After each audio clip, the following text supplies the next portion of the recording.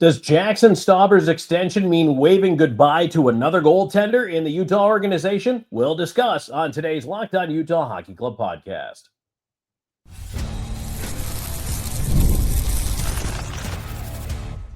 You are Locked On Utah Hockey Club, your daily podcast on the Utah Hockey Club, part of the Locked On Podcast Network, your team every day.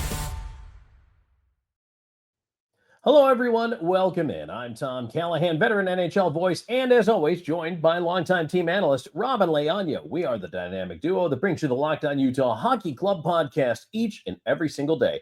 Thanks for making us your very first listen when it comes to the Utah Hockey Club. Speaking of which, today's show is brought to you by FanDuel. Right now, FanDuel customers, new FanDuel customers, can get $250 in bonus bets if your first $5 bet wins. Robyn, Jaxson Stauber has been extended by the Utah Hockey Club.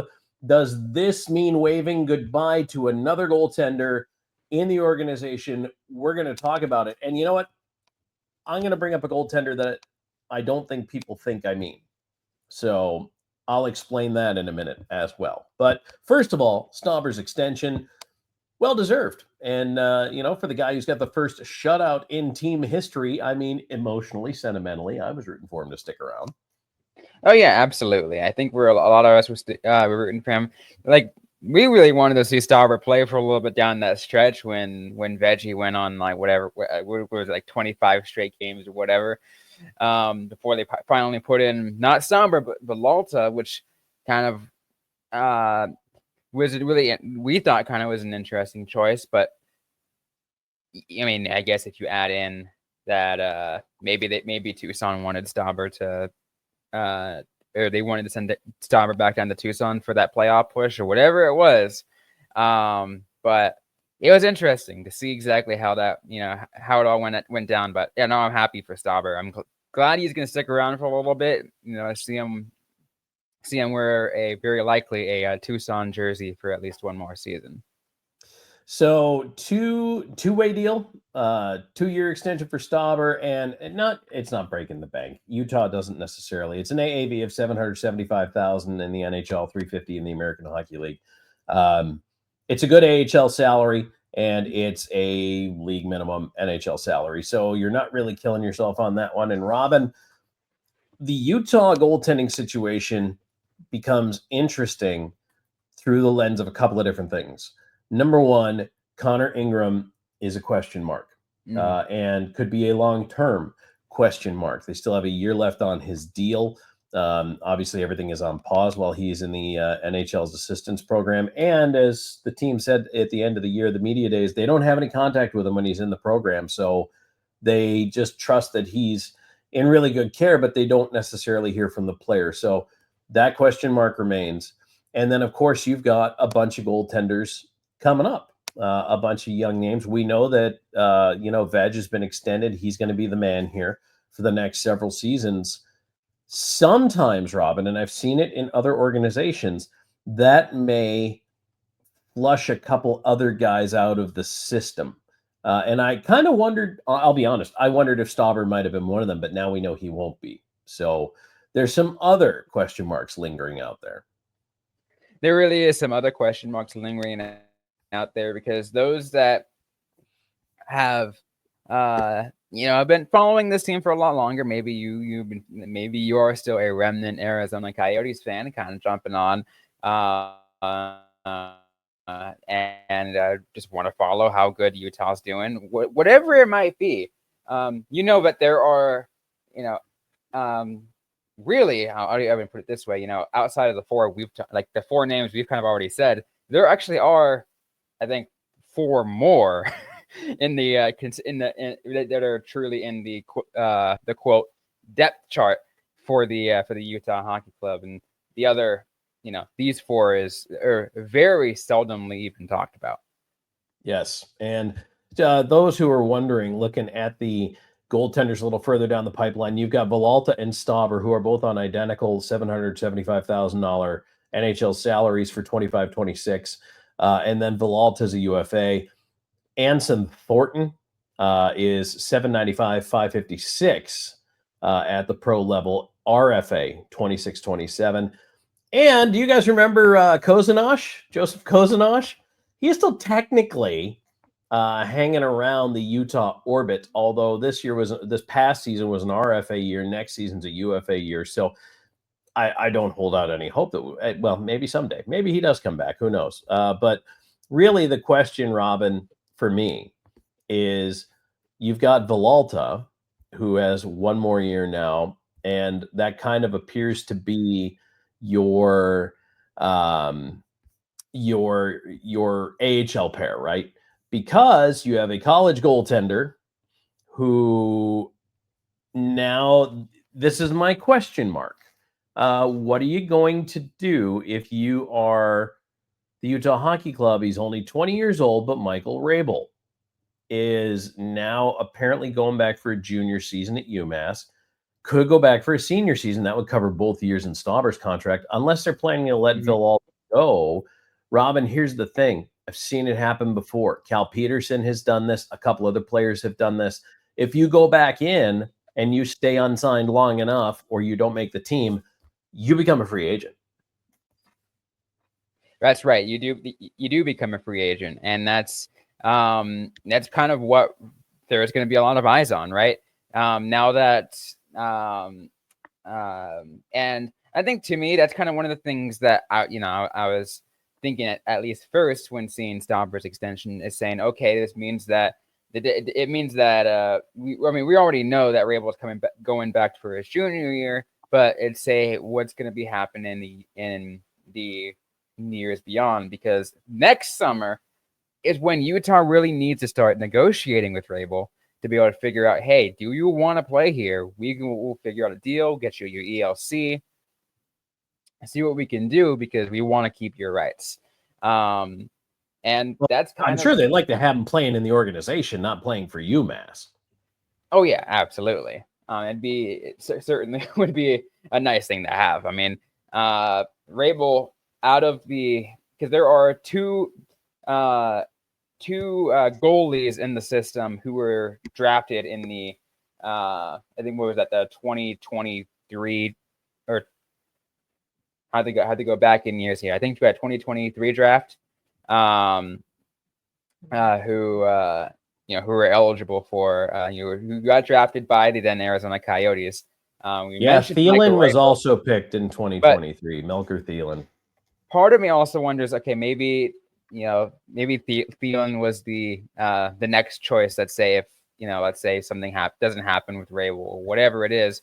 So, and that brings me to the question, Tom, is negotiate with both of them, because you got to figure out where are both of these players at in their development, A, and B, what role they're going to have with the UHC, because obviously, I mean, let's be real. I don't think both of them are going to stick around, especially with it means that if that is the case, one of them is going to get stuck down in Allen in the ECHL.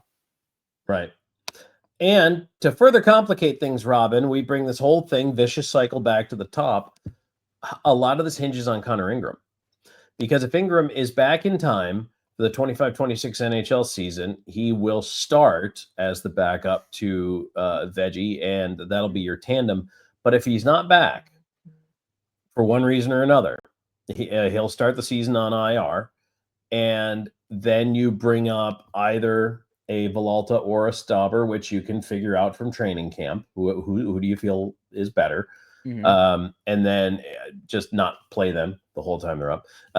And now you're going to need another goaltender in AHL Tucson.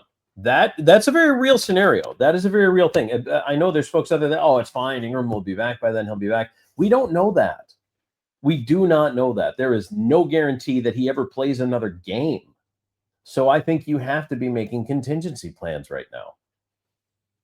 You really do. And I think that's kind of what's going to be it's going to be an interesting next year to 2 years for the UHC with the goaltending depth chart, as I would say, not just between the pipes, because we already know Veggie is their man, right? We already know that at this point, but it's what of beyond that? Where is everybody going to fit in? because it's going to be there might be a carousel going on. There might be a carousel, and there might be some changes. There might be some things. Maybe Melker Thielen comes in. Maybe Rabel comes in. Maybe Thornton finally makes his way back to the organization among the actual system, rather than being loaned out across the pond or whatever. But and therein lies the big question. And look, it's a little different when you have European guys, because they have different options to go home and play, or to play in Europe and play, right? As opposed to North American guys who it's kind of junior hockey or college hockey or bust, or you're turning pro. So the options are a little different. And I'll say this, Robyn, this is something we don't talk about, and I know we got to get to a break, but you know what? I think European guys do have a different view of the National Hockey League. They still see it as the best league in the world. But a lot of times I get the impression that they're like, yeah, that'd be nice. Whereas American kids, Canadian kids are like, I want to be in the NHL. I want to be in the NHL. I don't think necessarily for Europe it's always that same dream. So that's why you really have to find the players who want to really grind to get there, continue to improve. And then, hey, if you find one of the best goaltenders in the world through drafting, fantastic. But he's only 20. A lot of room for Rabel to grow. Mielen's only 19. So, I mean, we have some time to figure these things out. But also, these are big decisions to be making when you're a young player. And it's question marks. That's all I keep coming back to. The image of the Riddler is in my head, Robyn, except he's wearing Utah Hockey Club blue. Yeah, and it really is interesting too, because there is that level of unknown. That happens every time when it comes to an NHL draft, right? Long-time listeners of this show, long-time everydayers know that I had this conversation just last year. Or not this last season, but the previous season, last season with Arizona, of what exactly happened with the forward Liam Kirk, and why didn't he develop the way we thought he would, despite him being like a 7th round draft pick. I mean, like, conversations like this happen every single day, Tom. Yeah, absolutely they do. And they happen on this show, on the Locked On Utah Hockey Club podcast. We talk about these things all the time. So if you like what you're hearing, please subscribe. We appreciate you being a part of things. And you know what? Robyn and I have great content planned out all the way through to the draft, to free agency, and beyond. Report card week is starting next week. Want to remind everybody of that. We're going to drop some grades. Going to find out how harsh Robyn Leaño is as a professor, if you would want to take that class or not. So, or at the very least, take that test. All right, when we come back, I want to ask a question to all of you who are listening and watching, and you, Robyn. Would you rather have an all-star game or an outdoor game for Utah? The NHL kind of kicked the can down the road on the Islanders a little bit here, and I think it bears some discussion. We'll do that next.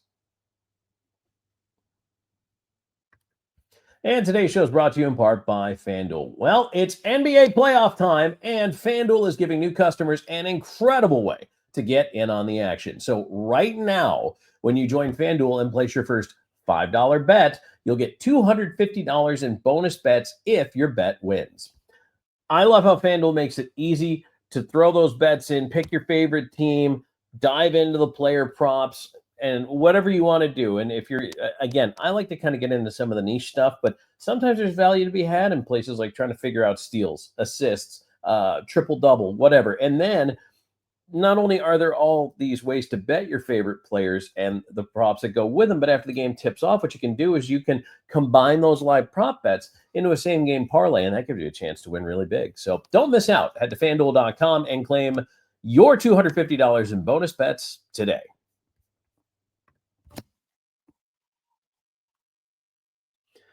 All right, Tom Callahan, Robyn Leaño here with you, Locked On Utah Hockey Club podcast. Thank you again, everyone, for joining us. We appreciate you being here. Robyn, the NHL, some news coming out today, or actually yesterday, probably as you're hearing this on a Wednesday morning. The NHL said, we're going to kick the All-Star Game can down the road for you, Long Island, and we are going to have instead an Olympic kickoff event that no one seems to know what that looks like or what it means. I hope, this is just me, I hope they don't hose the Islanders and their fan base out of an all-star game. I would rather they just move it down a year and say, okay, Islanders, you have 2027 now. But they're going to give them this weird kickoff thing before the Olympics. That said, Robyn, if you're going to bring an event to Utah, would you rather have an all-star game weekend where you get a skills competition and then you get a game? Or would you rather have the one-day circus that is an outdoor hockey game? That's a good question. It's a really good question. And I think there's a lot of different ways you can look down. You can look at this, Tom. And this is regardless of what you think of all-star games, right? And since the NHL now seems to really love what they did with Four Nations, but that's a different conversation. But that said, I have always said, and this was the case when I was an Arizona Coyotes reporter, and this was the case when I was a kid in San Jose, cheering on the San Jose Sharks, and it is outdoor games. The fanfare, the experience, it's unreal. You can pack huge football stadiums for those. And not only that, I really think you can make more than just a one-day affair for it. I mean, in the NHL, it's a one-day affair. But as an organization, it's a weekend thing, right? It's a whole thing. It's a whole thing you can really do out of it. Because let's say, I'm going to say for Utah's sake, and I'm going to put a theoretical here because I don't know what the college, how all the colleges look like there. But imagine if there was let's say a Utah BYU hockey game just to put in that arena in the stadium as well, just like how back in in the early 2010s or late or in the late aughts we were talking about. I think the big freeze at the Big Blue where there was a college hockey game at Michigan Stadium because that was like 110,000 fans or whatever it is, because that's a really huge stadium for a college hockey game. In addition to just the day before or after, there was the Winter Classic there. I think even North Carolina did the same thing with the Carolina Hurricanes. NC State ended up being able to have a college hockey game there. Their ACHA team, I think, played a college hockey game there. Why not do the same thing if you're the Utah Hockey Club and if the NHL awards you with an outdoor game? I like that. I have order to my preference here, and I have a definite number one. So I'm going to give you my number two first and my reason why it's number two. All-Star game is number two for me, and it's a distant two unless, and even probably if, but Delta Center renovations must be 100% complete before you bring me an All-Star game. I am not putting an All-Star game in that building before it's finished. So I just think there's too much restricted view and difficult sight lines. That would be bad optics for an All-Star game. I think it would actually shed negative light on the franchise and everything. So I wouldn't do it until those renovations are done. But the outdoor game, I do because you can do it right away. And here's the other thing, Robyn. I'm going to expand out your thinking about this ice. The ice goes in weeks ahead of time, especially, I mean, in Utah, let's face it, they have a real winter. So we can then book men's league, women's tournaments. We can book kids onto that ice. We can do public skating on that ice.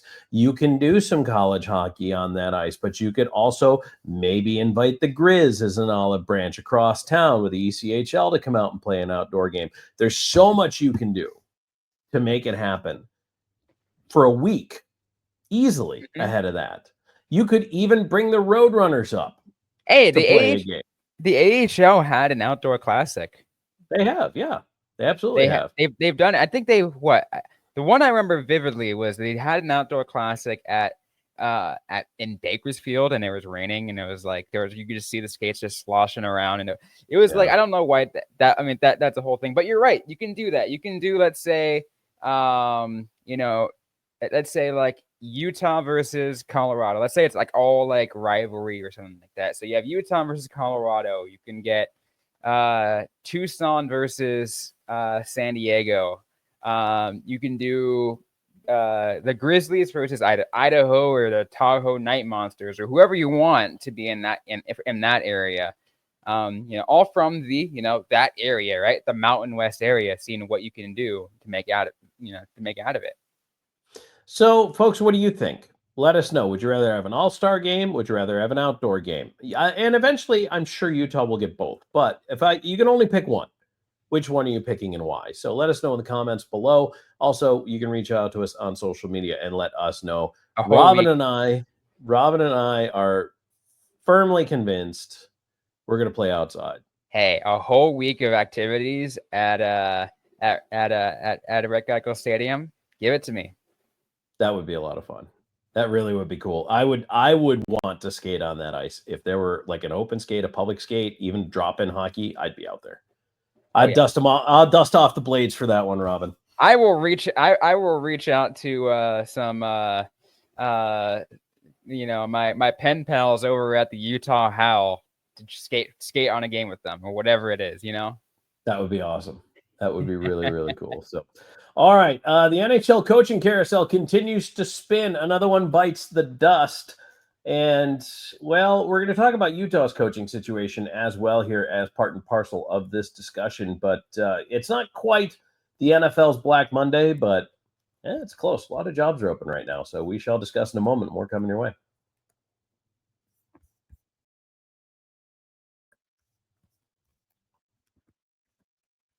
Okay, Tom Callahan, Robyn Leaño here with you in the Locked On Utah Hockey Club podcast. Tocchet is out in Vancouver. That is the breaking news. The day before the breaking news was Sullivan out in Pittsburgh. And Robyn, right now, I mean, some coaches started getting canned down the stretch, but there's quite a few vacancies in the NHL right now. And of course, another one, and we talked about the Islanders a little bit earlier, but who knows if now that Lou Lamoriello's gone, you get a new GM in there. What's not to say they don't get rid of Patrick Waugh. So there's a lot that could happen.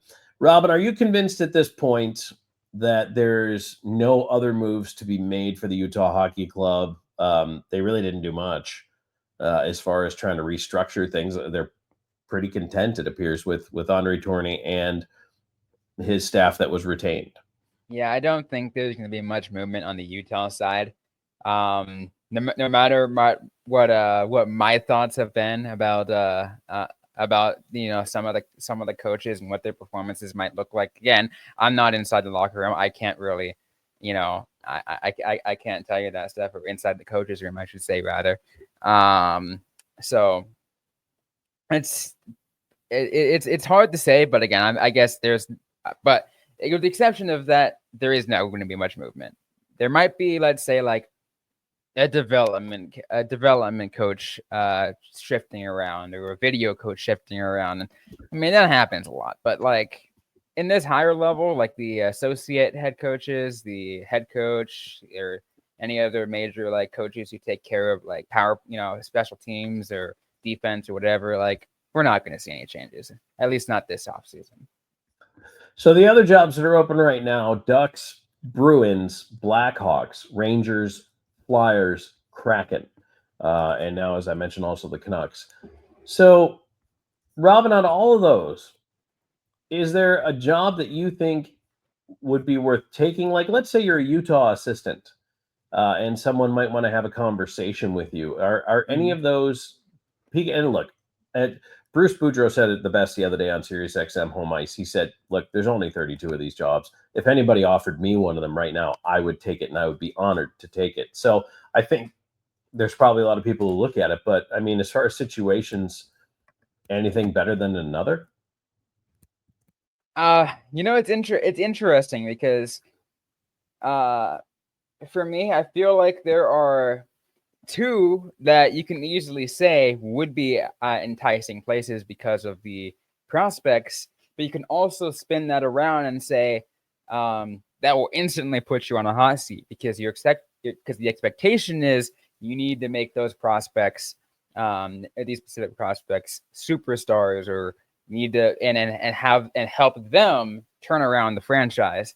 So that said, like for example, like a Chicago and a Seattle, I'd say those are really tough ones to have to deal with because you had to deal with either Connor Bedard or Shane Wright.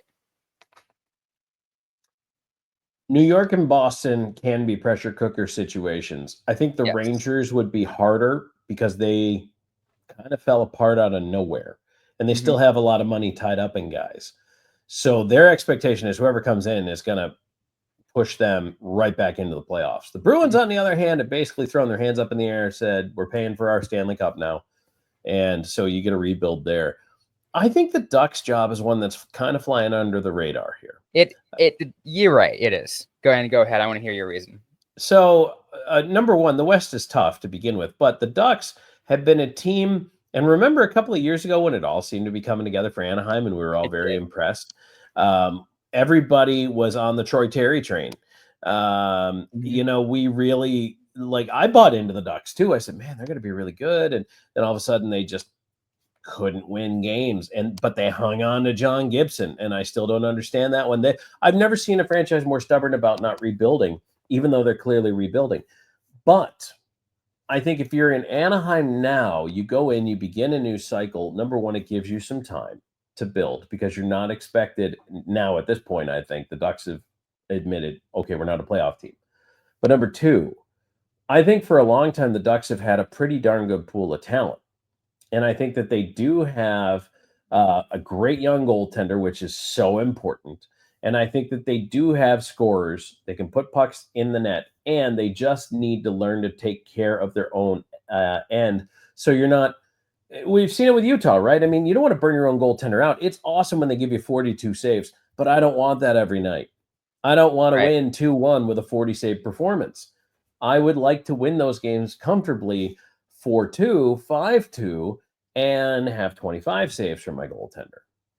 You're right. And absolutely. And I think the other thing too about the Ducks, and I mean, you kind of mentioned, I mean, you kind of brushed it by pretty briefly there. And it is, I think just the Western Conference in general is it is so strong that there isn't a level of high expectation for the Ducks. And I think it also has to go with the market. I mean, not to say that the Ducks fans don't have high expectations, but they've been let down for such a long period of time that I think to them really a lot of, to them it feels like the only way for them to go was up. Right. I mean, they do have more Stanley Cups than the Sabres, Canucks, Hockey Club, Wild. I'm sure I could go on. Blue Jackets. Just saying. Yeah. They have more Stanley Cups. But Kraken, although they're new. I just want to throw that out there. Hey, you know what? The Ducks, if you want, I'd love to go to SoCal. I mean, I think that'd be fantastic. It's one of my favorite areas of the country. I absolutely love it out there. But I also think, here's the other challenge, Robyn. I mean, have you been there when the Santa Ana winds catch in? Well, you just take your kite and run outside. You're fine. And make sure that you're wearing a fireproof suit. No, seriously, I think that would be a great job for anyone coming up here, and the ability to build something and mold something in your image. You kind of have to take the Rangers as they are and figure out a way to coach them. Mm-hmm. You have to take the Blackhawks and the talent they have because you're married to Bedard, like him or not, but Bedard's your guy. Yep. So you have to mold that team around him. But with the Ducks, I feel like there's a little bit more of a blank slate there, which for the right kind of coach could really turn out to be something special. I really think they can. I think, you mentioned it, right? Anaheim has the tools. They just kind of need that proper guidance. They need to figure they need that. And I think that's kind of why it would be it would be the most enticing out of all those teams to me. But one thing I will say, Tom, as a thing with we're saying the NHL coaching carousel, and it's legit. We call it the coaching carousel because what we see is a coach that might get fired here gets hired over there. and just recycling the same old dudes, which There's a lot of again, that. I understand the precedent, because again, some of them are proven coaches and they've had good seasons, that just not with that team. I'm a fan of maybe finding something else, maybe finding some diamond in the rough elsewhere, maybe an assistant coach from somewhere. As you mentioned, maybe they can find an assistant coach from one team, maybe that someone who is the head coach of an AHL team, maybe someone who is the head, and again, I think if you're Anaheim as an example, maybe you're reaching out to someone in the Canadian Hockey League, in the major juniors, and saying, like, hey, who's a head coach out there who's looking for their next big jump. Yeah, and that's, I mean, I kind of would like to see, I think, a little bit, and it goes in cycles. Sometimes it's an AHL hiring cycle, sometimes it's a junior hockey hiring cycle, sometimes it's an NHL retread hiring cycle. I think it's about time to break the NHL retread hiring cycle. There's going to be a lot of talk. I mean, it's the most amazing thing, and it annoys the hell out of me every off season, when Joel Quenneville's name comes back into comes back to the top, and I'm like, guys, can we just stop? Nobody wants him anymore. Well, I think teams want him, but they're afraid of the stigma that comes with them, and I don't blame them. I mean, yeah, that's it, right? There's definitely some issues there, but I mean, there's a reason why Stan Bowman isn't going to get a job anytime soon either. Yeah, in the GM world. Yeah, so I don't know. We'll see how that's going to pan out. I'm very interested. Give us your thoughts in the comments. Let us know what you think about the way this carousel continues to spin. I don't know if it's done yet. There are some teams that could have a first round playoff exit, and you could see a coaching change. So I'm interested to see how that's going to pan itself out. So Robyn, where can folks Oh, go ahead. Sorry. I was like seeing Peter DeBoer get fired by his fifth team in the last 15 years. That's kind of a thing with DeBoer, isn't it? I've never been a big Pete DeBoer fan. I think he ruins goaltenders, and I watched him do it in Vegas when I was covering the Golden Knights for a different network that I will not name, but I used to cover the Vegas Golden Knights. So still would rather have Pete DeBoer over Todd McClellan, but that's you don't have to have either. You have choices. You're right. That was the point I was making earlier, right? Why have to deal with those guys when you can try to maybe find a diamond in the rough elsewhere? Yeah, exactly. So, all right, Robyn, where can people hit us up on socials? They can find us everywhere on social media, primarily on the app formerly known as Twitter at LO_NHL Utah. You can also find us on Blue Sky at Locked On Utah Hockey. I am personally on Twitter at Robyn_Leaño and on Blue Sky at Robyn Nice Time. And you can find me on Blue Sky at Tom Talks and on Twitter at Callahan on Air. So everybody, thank you so much. It's been another great show here. We look forward to bringing them to you all the way through the summer. And don't forget to hit the like and the subscribe while you're here. Click the bell for notifications if you're watching on YouTube, or you can get us anywhere you get your podcast. So for Robyn, I'm Tom. Thanks for being part of the Locked On Utah Hockey Club podcast.